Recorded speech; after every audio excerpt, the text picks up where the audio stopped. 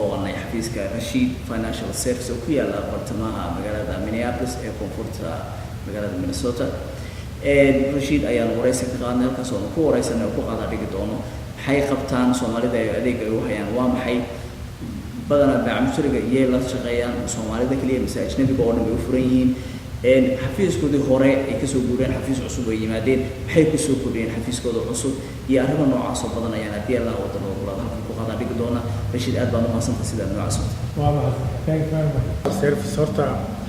waxaan ugu bixiyay magac kambanigayga u gaar ah oo aan cid kale la wadaagin ayaa sharci ahaan wadanka markaad kambaniga abuuraysid ayaa la raadiyaa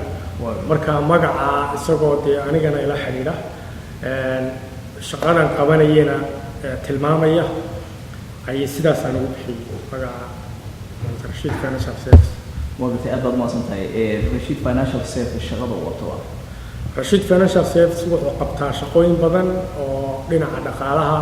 هي كنحس جواد كسعدا كسابسن وحكب لعبني إن عن سنوية حساباتك تاسو عن أقوم تي سكول كولا هاي وعن سكول حساباتك صباحي إلا الصومالي أنا عن بارك يبشقين شري مركانو كان إننا دروتي علمي عن عروسي مريء كمبانية واوين أو مرايكن كوا نقالة قابلسن هي كسر شقي إلا 8 سنوات تبغى أن حرفة بدن بعدين تكسي برتي مركا وحي سنة حدينا عنو إسكي قبلاو كمباني مركا أركبا هذا ضد كي وخبا إن دينا على نقالها هي حسابات كي ضد بروفيشنال وشقدي أدو يقانين أي سيرفيس كي ضد وسيها قرلية ay u tusaan ama ugu qabtaan shaqadii inagoo dhaqankeennii iyo afkeennii iyo macaamilkeennii inoo gaarka ahaa haysana dana dad la tarangareeyay oo shaqadii si fiican u yaqaano oo ku sharaxayo oo kaa jahil bixinaya wax walba sida u shaqeeyaan oo ku saabsan dhinaca dhaqaalaha iyo baamusarka ayaan markaa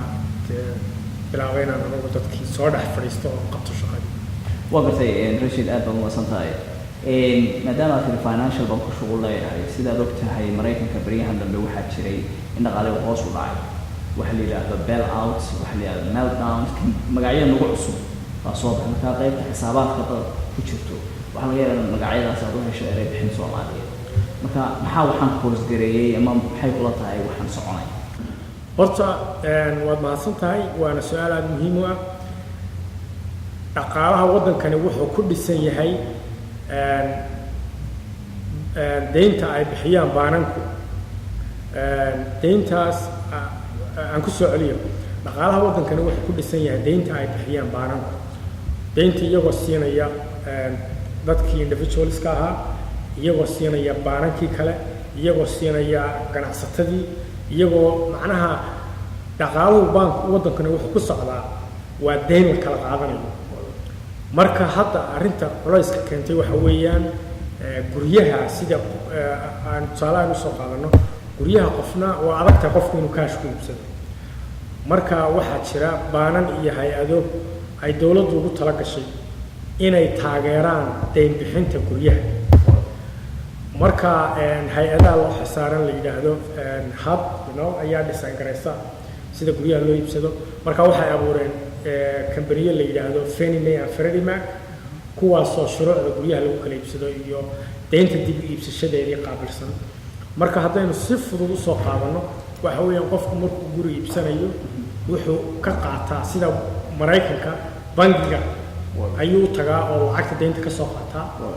bangigii qofka heshiis kula galaa inuu bixin doono 10 sano 15 sano 30 sano muddadii deynta loogu talagalay bangigii markaa ilaan dadkoo dhan buu rabaa inuu amaahda siin kare markuu qofkii deynta siiyo qofkii guriga iibsado oo dego lacagtii uu siiyey deyntiisii wuxuu ka sii iibiyaa hay-adaha dawladda abuurtay oo la yidhaahdo Fannie Mae and Freddie Mac kuwaasoo lacagtii dib u siiya bangigii qofka guriga ka iibiyey ogtahay si banki qof kale lacagta u amaahiyo dabadeedna Fannie Mae and Freddie Mac intay isku dardaraan deymihii iibsadeen oo dhan ayay waxay ka iibiyaan investorska oo jooga Wall Street investorska waxay noqon karaan dad money managerska waxay noqon karaan insurance company-yada waxay noqon karaan baanka kale oo cash-ka dheeraadka haysta waxay noqon karaan pension companies-ka waxay noqon karaan foreign investor oo lacag Japan ama Talyaaniga ama China ama cid kasta oo lacag dheeraad haysta ayaa Wall Street ka timaada marka waxay iibsadaan asset ama hanti mustaqbalka ay ka soo gali doonto deynta guryo waxay ka mid tahay hantida mustaqbalka deyntu dadka ka soo gasho oo qofkii 30 sano markuu saxeexo 30 sano interest bixinaya marka interestkaas ayaga oo ah dakhli soo galaya lacagtooda cash-ka ahana marka ay Fannie Mae ku siiyeen dabadeed waxa dhacday sanadihii la soo dhaafay sidii deynta loo bixin jiray ayaa la fududeeyay oo baankii la fududeeyay oo si aanay ka fiirsan bay u bixinayeen dad aan u qalmin in deyn la siiyo oo income-kooda aan joogto ahayn ama isbedbedeli karo ama income kiilo ay iskaga bixin lahayn mid ka yar heli kara ayaa deyntii qaatay taasi maxay dhaxashay waxay kaloo sameeyeen marka deyn bank uu ku bixinayo banka usually sida caadada ah 30 sanadood 15 sanadood 20 sanadood ayaa la xiraa interest-ka dulsaarka lacagta saaran marka si ay ugu fududaato dadkii inay guriyihii iibsan karaan ayay arrintaas ay bedeleen oo waxay soo saareen wax la yiraahdo secondary market iyo prime subprime which is qofkii income-ka yaraa wuxuu oran karaa in stable income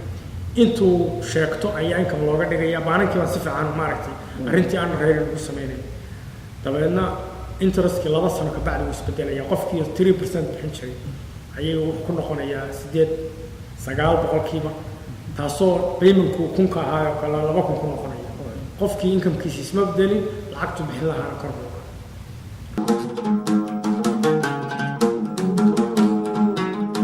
lacabsiga jacaylkiyo kalcayntanigu helay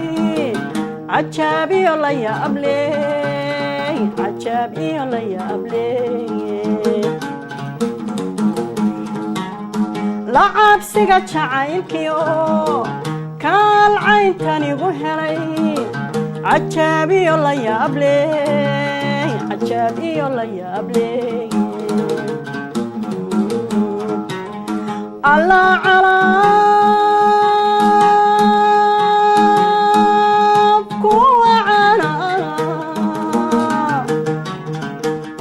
عشق علفك وعنا عيدي دلكيجي عردي